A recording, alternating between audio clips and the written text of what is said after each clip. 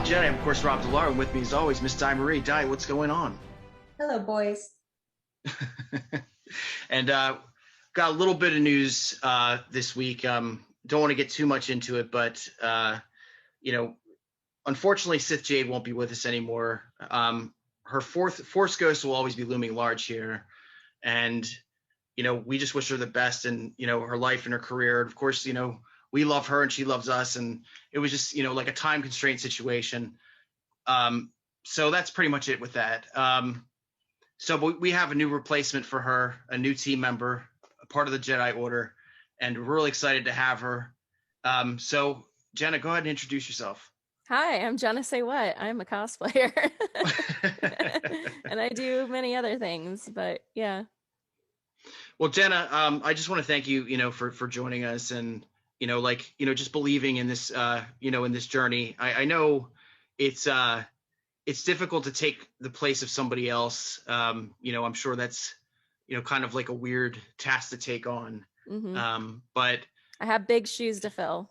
Well, Sith, that's a thing that I want people to understand, that like Sith has nothing but deep respect and love for Jenna and her coming on, and just wants us to move forward. So that's what we're going to do.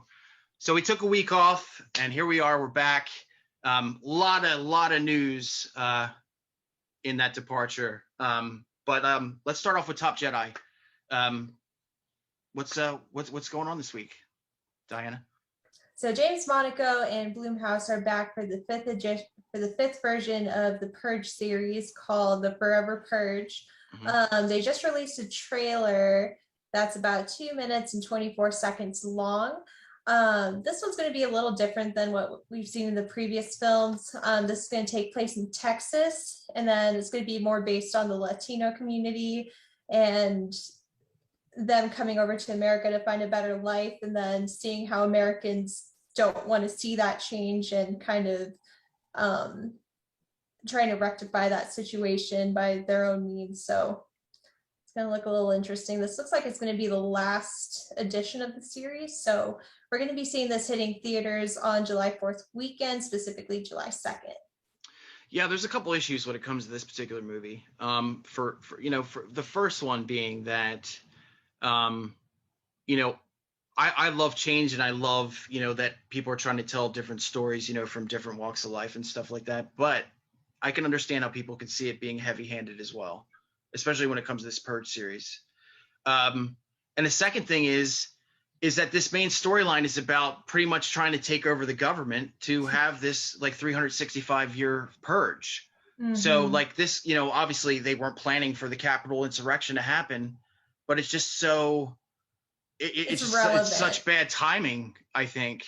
Yeah. And I think a lot of people are going to be turned off by that. I agree. Yeah. Do you have anything to say about the Purge series, Jenna? Because, honestly, here's the thing. I love the first one. All the ones of Frank Grillo that were kind of like more like Escape from New York style films. Yeah. Those were awesome. But the other ones in the series on USA, I really just didn't bother. I think that it's been played out a little bit too long for its own good.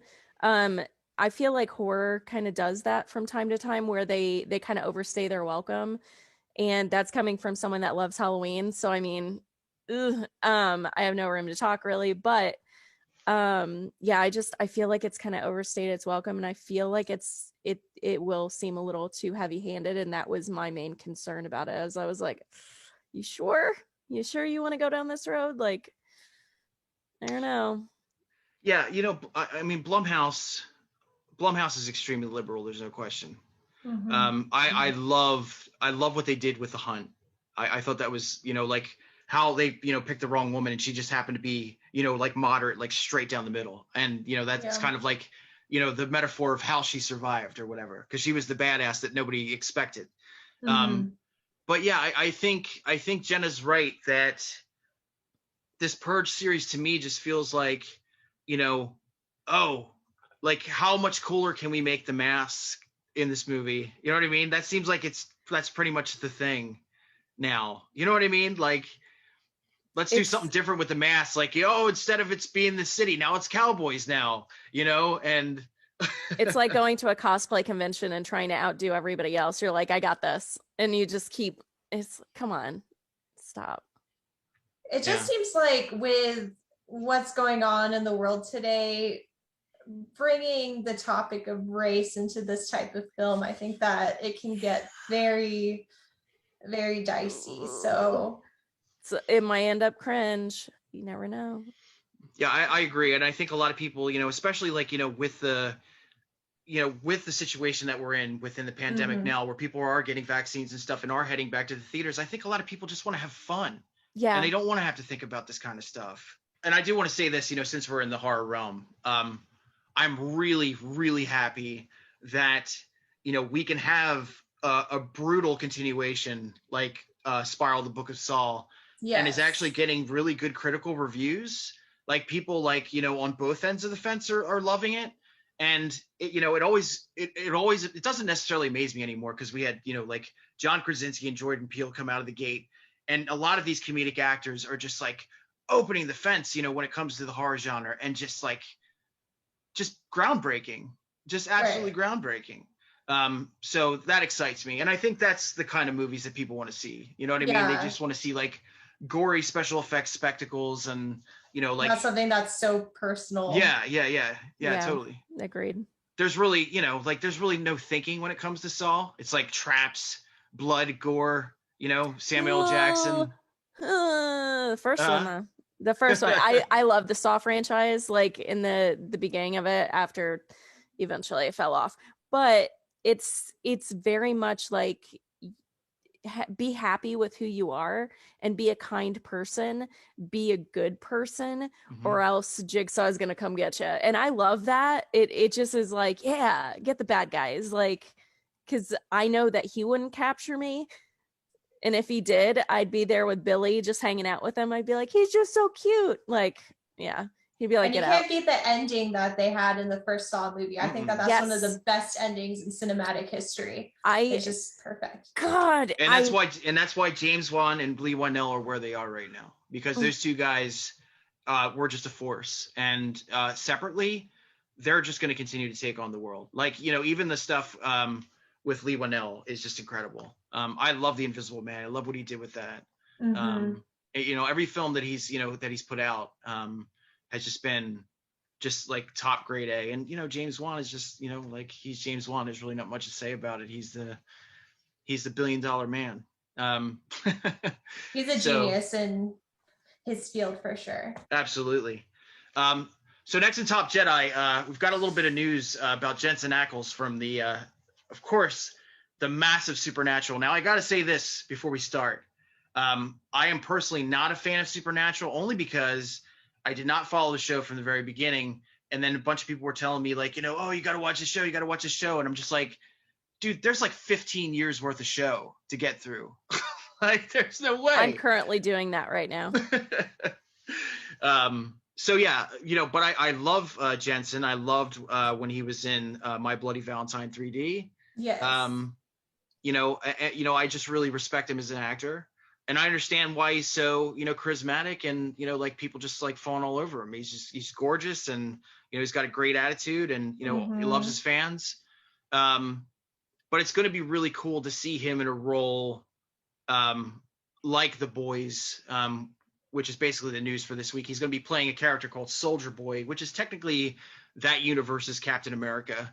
And if you watch The Boys, he's probably going to be really awful and brutal. I don't want it's basically the complete opposite of what we saw in Marvel. Yeah. So, the thing I'm really excited about with Jansen, aside from, like this appearance on The Boys, is that he's going to be playing, he's doing the voice of Batman in the adaptation for The Long Halloween, which is I'm really, really excited about. I'm so excited about that. That's with my boy. It's going to be really exciting to see him playing, I guess, to a certain degree, like the villain again. Because, technically, like even in My Bloody Valentine 3D, he was supposed to be the protagonist, but, like spoilers, guys, for a movie that's like 10 years old now, isn't quite the case. And he plays a great villain too. So I think he's going to knock this one out of the park. I'm really excited to see what they're going to do with him. but there wasn't like a big reveal. There was no costume reveal or anything. They just showed him in a big goatee, and that's pretty much it for that news on him. All right, Jenna, what's next in Top Jedi? Star Wars Celebration got moved from August 18th through the 21st in 2022 to May 26th through the 29th, 2022. That's a And bummer. yeah, it is. But I mean, it is what it is. COVID has kind of like messed everything up, and Yeah. I mean, we're all kind of dealing with that backlash. Like, it's kind of like, you know, you got to be safe kind of thing. Yeah, absolutely. I agree with that. You know, I was just kind of hoping that, you know, like if they weren't going to actually going to do an event this year, that they would have some type of virtual thing, like, you know, maybe like a DC fandom or something like that. But it doesn't look like they're going to be unveiling anything. You know, well, you know, the other thing too is they're also like everything's filming right now as we speak. You know, Kenobi's filming right now. And you know, actually, I think I saw on her Instagram, Katie Sackhoff was just like, you know, I'm about to do something really awesome, guys, but I'm cruel and I can't tell you. And I think Bo-Katan is going to be in Kenobi. No way. I think so. That will be crazy. Yes. I think so. Diana, what's next in Top Jedi?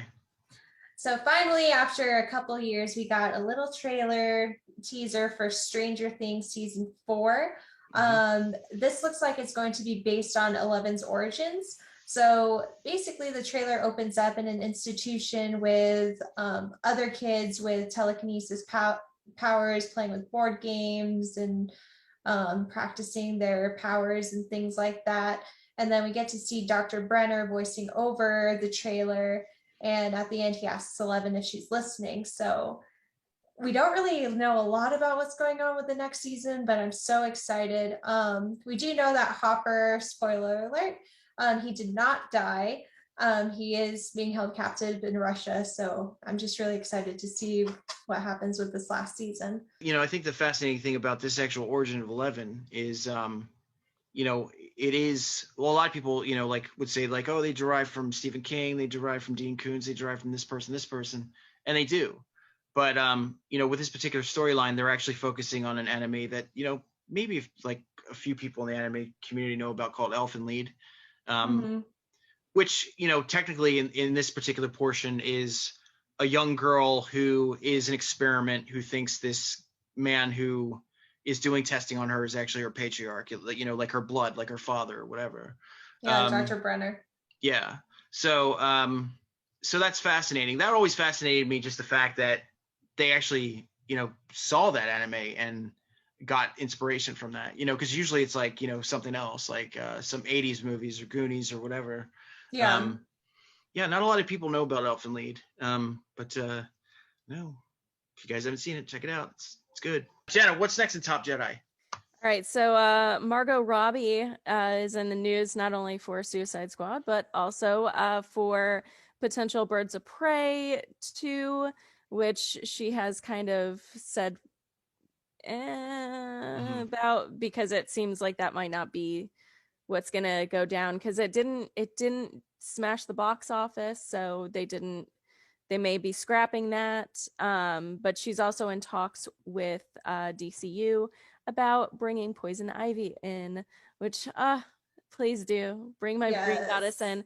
But she's been saying, trust me, I chew their ear off about it all the time.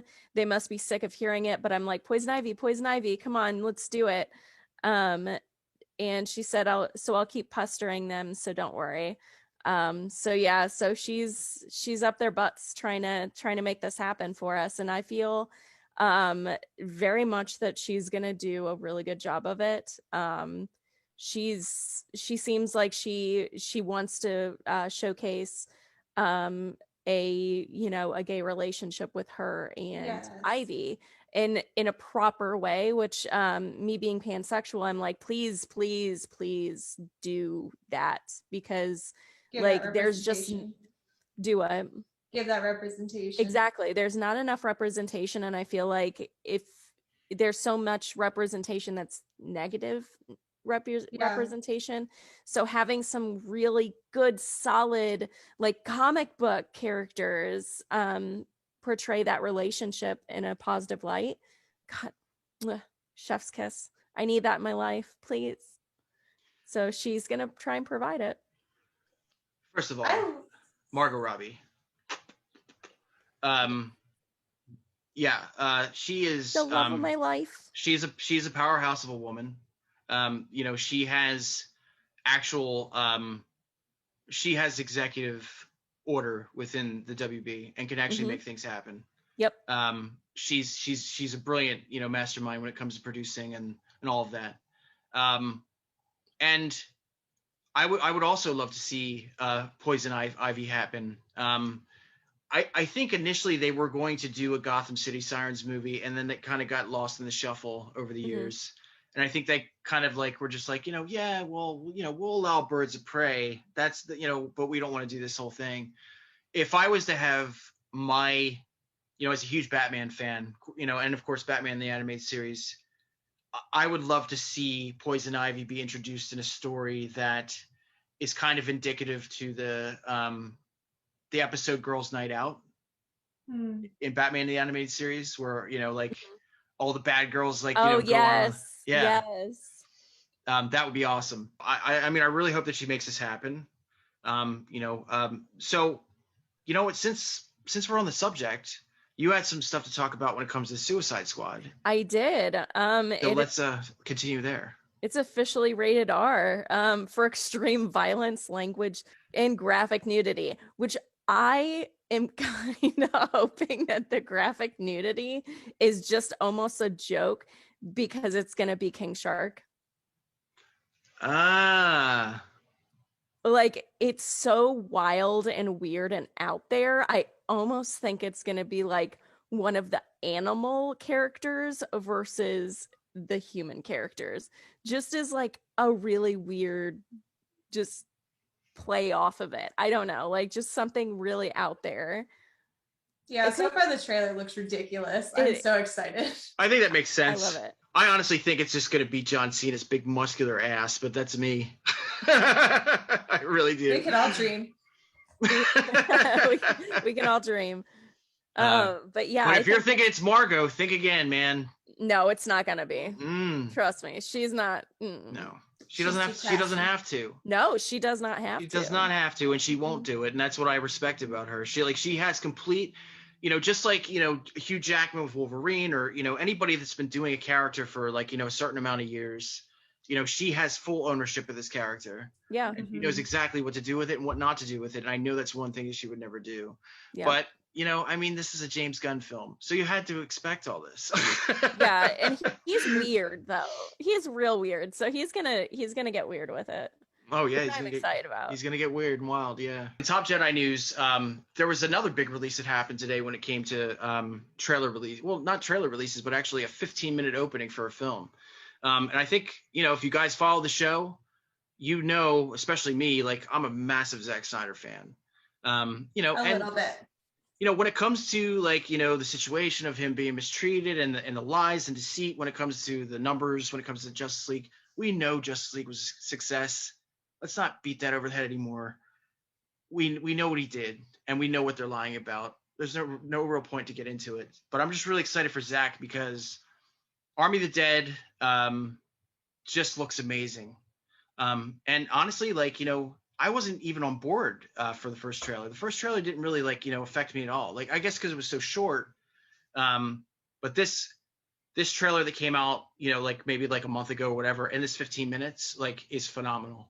And it's gory and it's fun and it's it's obviously got some stakes to it, and it shows these characters, and not really being like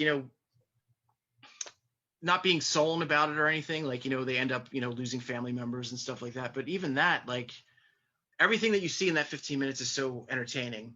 And everything that I had, said in the past, when it comes to his influences, like, not even just, like his version of Dawn of the Dead, but, like, there's a lot of John Carpenter's Ghost of Mars and, just all these different influences you can see, like, spread throughout or whatever.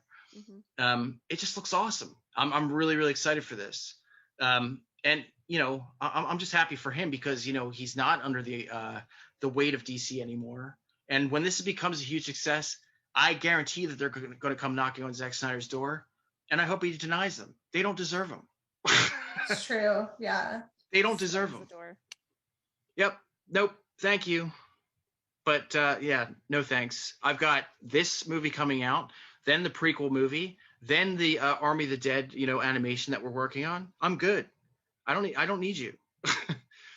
and I really hope that those numbers come to light, because we all know that Zack Snyder's Justice League had a ton of viewers. Amazing. Yeah.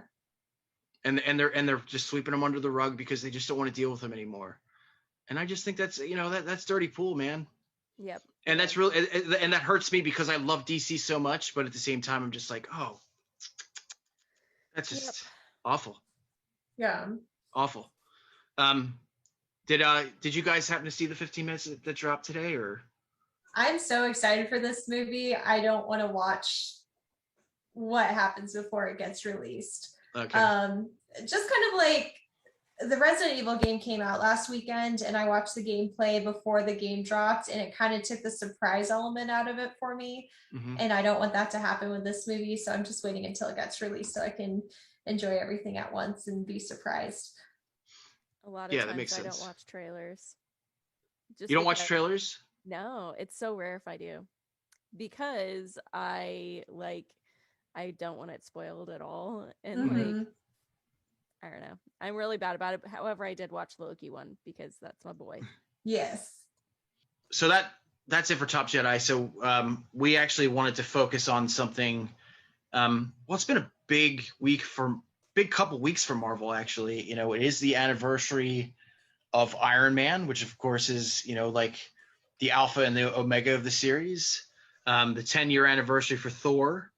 Iron Man 2 had an anniversary, just like all across the board, the Marvel universe just, celebrated so much when it comes to their storytelling, which is still incredible to me that this long game has been going on for as long as it has. You know what I mean? Like it's as a writer myself, it just boggles my mind that they're able to do that, even with the Disney Plus, stuff, like it's all, kind of included, like they're still talking about the snapping and all this, you know what I mean? So it's never gone away, and I don't think it ever will. It's just kind of gonna, just continue to grow and, metamorphosize into something different, you know what I mean? And it's just amazing to me what they've done. But I think a lot of people understand the story of Marvel, that, we had a young director get a scrappy young actor who got into a spot of trouble in his life, and they wanted to deny him playing Tony Stark, and he went off to become one of the most successful actors in the world, and one of the biggest icons in the world. And Chris Hemsworth and Tom Hiddleston had basically they were nobodies when they were cast for Thor. People said that they were going to fail. Yeah, I mean, it's really just a success story, just all the way around, for everybody. And now everybody wants to play. You got Julie Louis-Dreyfus coming in. You've got, they had Robert Redford, for God's sake. I mean, there's really big actors that want to be part of this for a reason. What's that? Jeff Goldblum, yeah. But we wanted to focus on, another piece of this story that's celebrating anniversary, which is of course the Infinity Saga, which is Avengers Infinity War and Avengers Endgame, which for my money was probably one of the greatest theatrical experiences I've ever had in my life. Just that audience interaction I hadn't seen since probably Grindhouse, which was years ago. Years and years ago. I was there for that.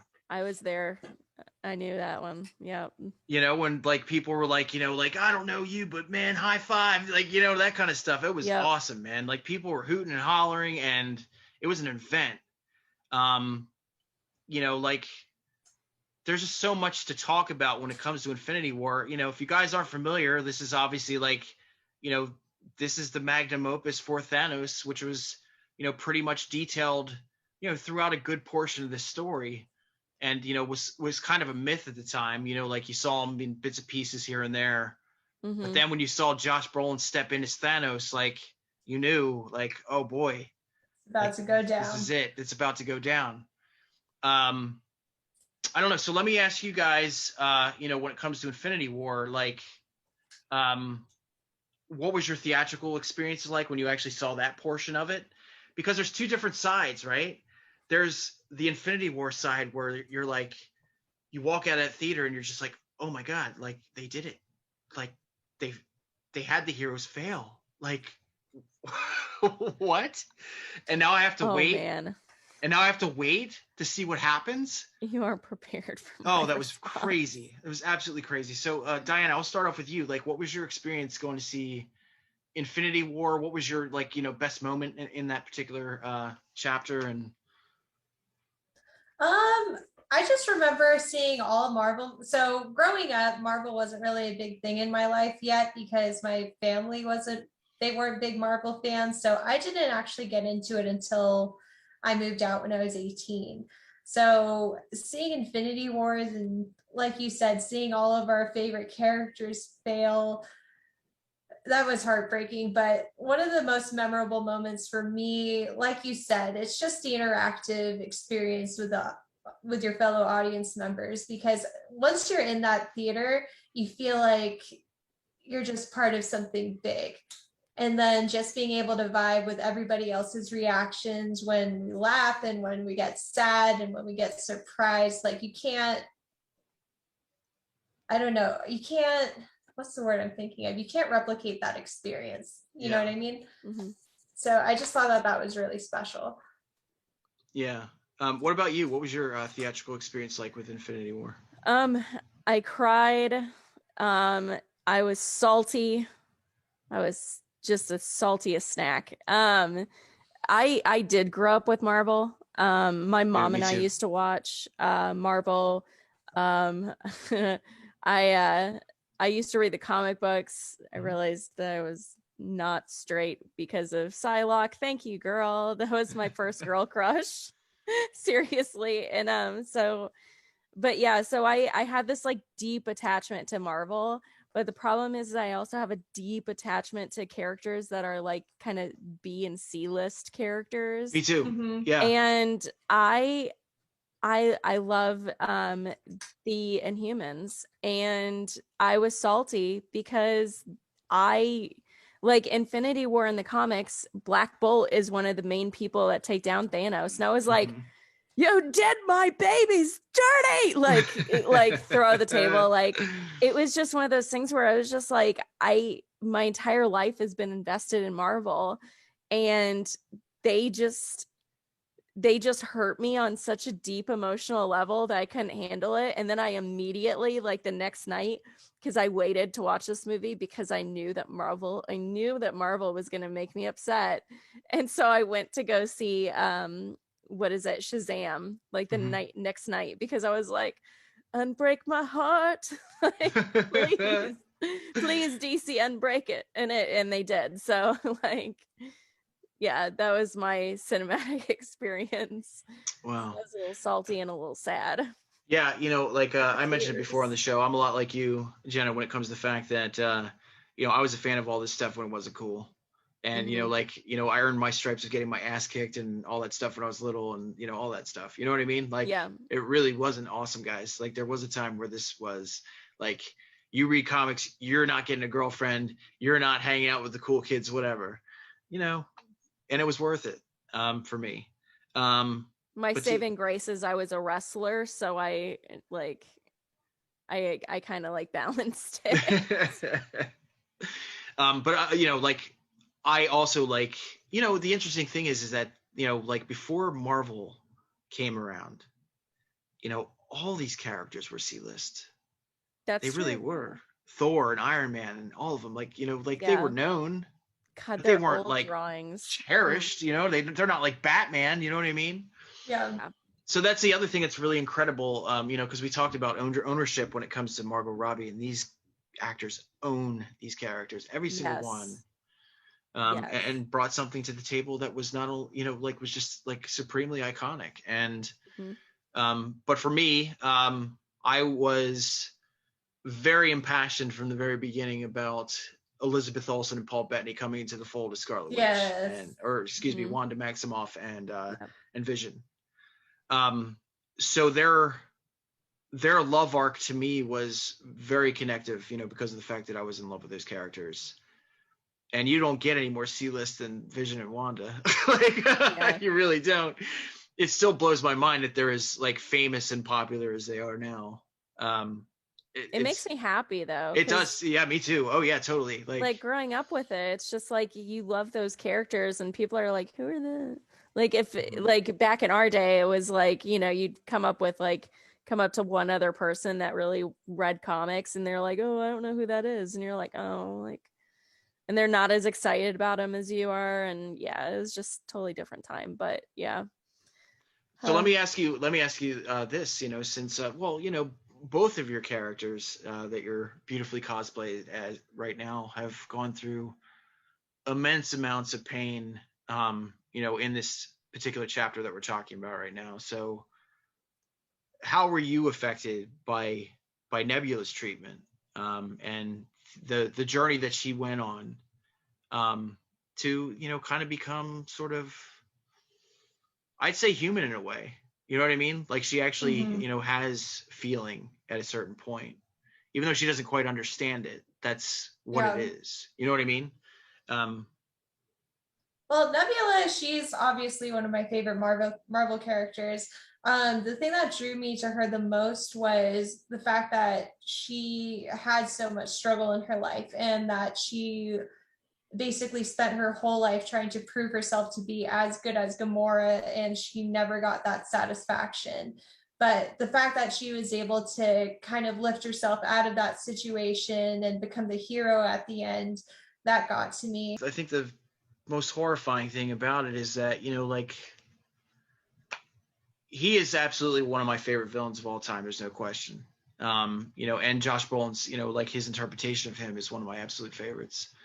But, not only is he a world conqueror, not only is he, like an utter mass murderer, he's a horrible father, terrible. And, like he was literally like taking pieces from these girls. And the reason why Nebula has so many robotic pieces to her is because she kept losing to Gamora, and every single time that she did, like she would lose a part of herself. Yeah. Which is, I think, the worst aspect of that whole thing. So what was your, like when you're watching Infinity War, Gamora, what was that moment like when you actually saw her at Vormir, with her father? My first thing was, I was like, like, there's no way that you would be able to get me up on the top of that ledge. No way. I would have already like with myself or something, but like, no way. Like, I was just like, girl, like the whole time she was walking up, I was like, girl, what are you doing? Yeah, like, I think the whole thing with her was, though, is that she never thought in her right mind that he would have any feeling for her. I guess this comes from like my childhood trauma, which I got a lot.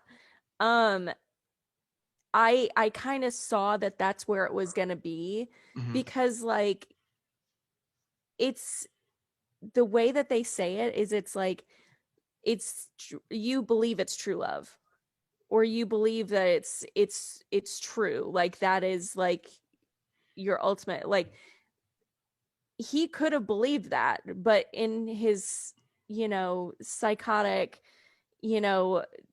crazy mind, it wasn't actual. It was just, he knew that she was the piece of the puzzle that he needed, and he loved this power. He loved the power more than anything, so it made him, like, I guess, like, reflect it onto her, like that it would be her, but she is the puzzle piece that would get him that piece. So like, of course he's gonna love her immensely, is because of the fact that like she is the puzzle piece of like his fate. It broke my heart, because like, coming from like bad parents, it's like it kind of like it hits hard. Yeah, because it's you trust your parent, and like even Yeah. even an abusive parent, the child still slightly trusts that parent because that's what they know, that's what they are drawn to. So like, man, he just like manipulated her so bad. It's just like such tragedy, like in both of the daughters. I think my all-time favorite moment in this particular story is the end, because like it's crazy to think that, you know, a superhero film like that's cost like millions and millions of dollars would end on such a dour note, like it's The Mist or something, you That's know, what where it you felt just got like. Thanos just sitting there, you know, with a big smile, like, yeah, I did it. It's good. I did it. Now I can just hang out in my cottage and, you know, whatever. And the interesting thing about him is that, you know, he was kind of right. That's the interesting thing about, you know, villains to me, is when they, you know, the villain, you know, like doesn't necessarily ever think that they're the villain. They think they're right in some regard. It's kind of like the Negan conversation that we had. Yeah. And Thanos did have a point to a certain degree. He just, like, you know, there was measures that he took that, you know, were very destructive, but, you know, like in hindsight, he kind of, you know, like balance was something that we're always talking about. You know what I mean? When it comes to depletion of Right. resources and climate change and overpopulation and all these different things. You could Like, have just snapped more food into existence. that's true. Problem solved. It's very true. Um, so yeah, so that final moment for me just like blew my mind. Really did, because I was just like, oh my God, like they did it. I would And I never have remember thought that. sitting in the theaters, everybody was dead silent. We were all basically sitting there with our mouths hanging open, like, did this actually just happen? Mm-hmm. And that was it. Oh, like that's just incredible. That's such a ballsy move for Marvel to do something like that for any I thought it was a superhero film. brilliant move, though. Like, you wouldn't expect that to happen. And I think that they executed it perfectly. Yeah, I agree. You know, like to me, that's Empire Strikes Back level storytelling. Right. You know what I mean? That's exactly you know, how you want to do that. You know, like, and just leave us hanging for like, how long was it? Was it like a year, 2 years after that? It was a Where we were while. just like, oh my God, like we're not going to find out like for a long time. like what's happening here? So let's talk about Endgame really fast. You know, like this is the one that has all those moments that, like, you know, are just unforgettable, right? Mm-hmm.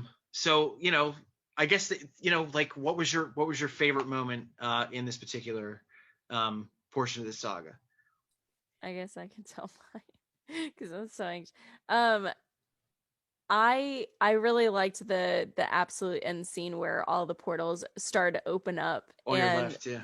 and like when everybody in the crowd just went ballistic. It was just like, this is what I came here for. This is like that magic moment that like all of us were waiting for, and it was such a collective like experience that everybody had in the theater together. Like it was such an amazing, like it was just so It was a beautifully rush. done. Yeah. Mm-hmm. And we were just as stoked to see everybody popping in and out as like the characters were. And I'm just like, oh, it was just, I don't know, it was just such a beautiful shared experience. Oh, I do need to go back to Infinity War for a second. One of my favorite lines is from Peter Quill, is when he has a gun to Spider-Man's head and Doctor Strange goes, "Which master do you serve?" And he goes, "What do you mean, like Jesus?"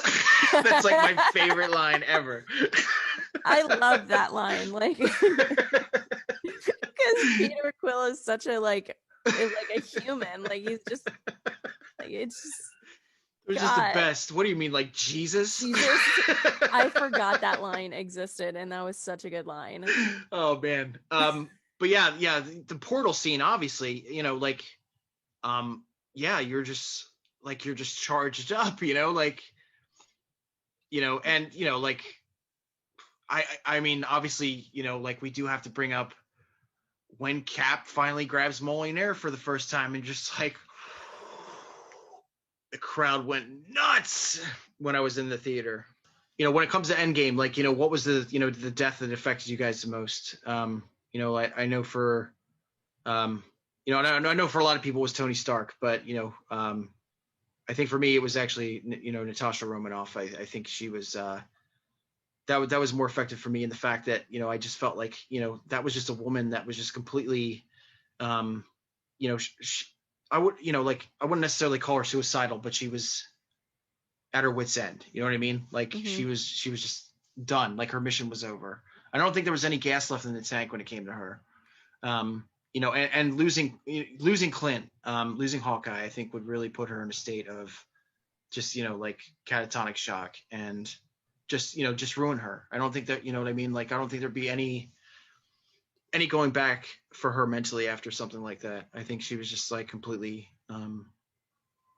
emotionally, finished. And, a lot of people would say that, that's probably not a good character arc, to put a powerful woman, into, you know what I mean? That like would be me saying that.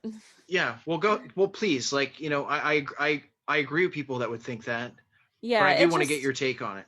It just kind of felt like a throwaway. I feel like she was such a powerful character and she was there from the beginning, and I feel like she still had a lot left in her, maybe. Like, again, that could be me just like reflecting myself onto her, but I felt like it was just kind of a sad loss that they just kind of like let her be the one that sacrificed herself. And I get that, like, the Avengers became her family, but I'm also like, I don't know, I felt like it was such a sad, like, way to end her story. Yeah, I agree with that, but I also feel like it was kind of perfect because, like what you were mentioning, she was there from the very beginning. The Avengers were her family. They were basically all she had. So seeing that she was nearing like the end of what was her life mission, I think that this was the perfect way for her to go. Honestly though, to kind of piggyback off of what you're saying, I think that, like I mentioned before, I don't think that Natasha was ever suicidal. But I could never see her in a situation where she just like, settles down with the picket fence and the wife and kids or whatever. Yeah. You know what I mean? Like, even for somebody like, like Wanda, that was kind of like a, obviously it's reality to her, but, sort of a facsimile of somebody that's never actually felt that kind of thing before and, had that desire, you know what I mean? Mm-hmm. But I just don't, I just don't see Black Widow being the married woman, settling down, you know what I mean? Like, I just don't picture it. And I think being the, the assassin that she is and, only knowing that particular life, I think, to a certain degree, as morbid as it sounds, like maybe the sweet embrace of death is the only real gift you can get from that. Honestly, it wasn't, for me, when I was watching that movie, it wasn't really surprising to me that Tony Stark would be the one to sacrifice himself. He seemed like he would be the pariah of this particular story. Somebody who was, like he was a womanizer. He's, like the world's greatest playboy, philanthropist, whatever, just womanizing and whatever. A guy finally finds love, finally finds himself, finally finds some sort of peace, not even just in himself, but in the world. I mean, this guy was he was just like his dad. He was selling like, like death weapons, you know what I mean? And, decides to do something completely different with his life. But he was still kind of, he went on this journey and, like was still kind of the asshole, to a certain degree. I loved his character. I loved seeing how he evolved throughout the movies, like what you said, from from a playboy to being a devoted husband and father. Watching Endgame, as soon as he said "I love you 3000" after reading that story to his daughter, I knew that was going to come back and become something that was really sad. And then when they brought it back at the end of the movie, I'm sure everybody else knew, like, I cried my eyes out. It was so sad. I did not want to see that. Just scenes with father-daughter aspects like that just breaks my heart. Mm-hmm. Yeah, like I think obviously that was the most challenging for people because he is the one that started all this, and but yeah, but still, I think Black Widow's departure was a little harder for me. I think, Yeah. Because I kind of knew that's what Tony was going to do, and I think I kind of knew that's what Doctor Strange was trying to imply with that, like, Yeah. if I tell you, you're not going to like, you're not going to want to hear this, you know what I mean, and you're not going to do it. But the beautiful thing when it comes to Tony Stark is, I actually read this, but the intention there was that the gauntlet that he had built was protected, could protect, itself from the Infinity Stones. The armor was not. So he knew what he was doing. He knew what he was, what he's potentially up for. You know what I mean? Like, he didn't try to build a suit that would try to protect him from that. Like, he kind of knew, like, that was kind of the route that needed to be taken when it comes to, it's it was heavy, but that wasn't the death that did it for me. So let's end out here. Like, what was your favorite moment out of the entire, that entire film, aside from just the portal scene? Is there anything else that, like, stands out? I love the end with Captain America when he found his happiness and his peace. I think that he really deserved that. Seeing that he went back in time and then he came back. Turned into Joe Biden. He turned into, and then he had the ring on his finger. I just thought that was such a good ending. I love a good love story, and the fact that he had to wait this long to be able to experience it. I was just happy to see that he was able to get that resolution. What about you? Anything? Yeah, I would say that scene was a really sweet one. I'm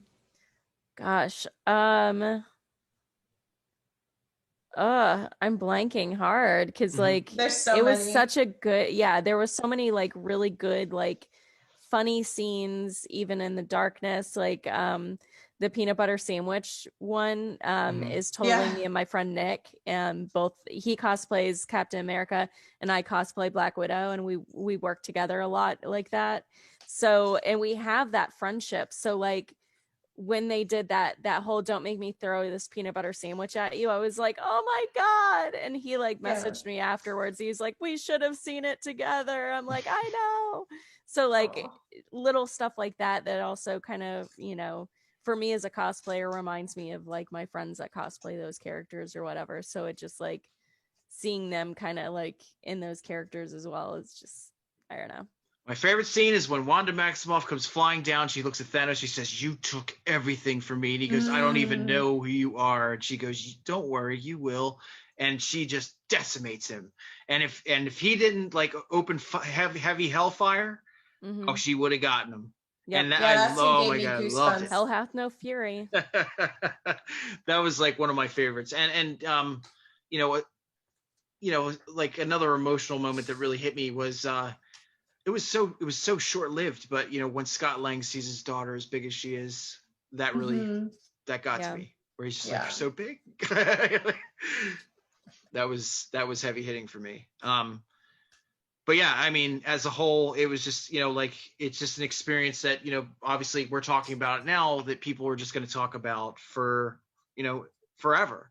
And I think the thing that I love most about this this saga as a whole is that this whole thing, introduced everything that's, coming from Disney Plus right now, from Loki to WandaVision to, now Sam Wilson being Captain America. It was all set up in these two films.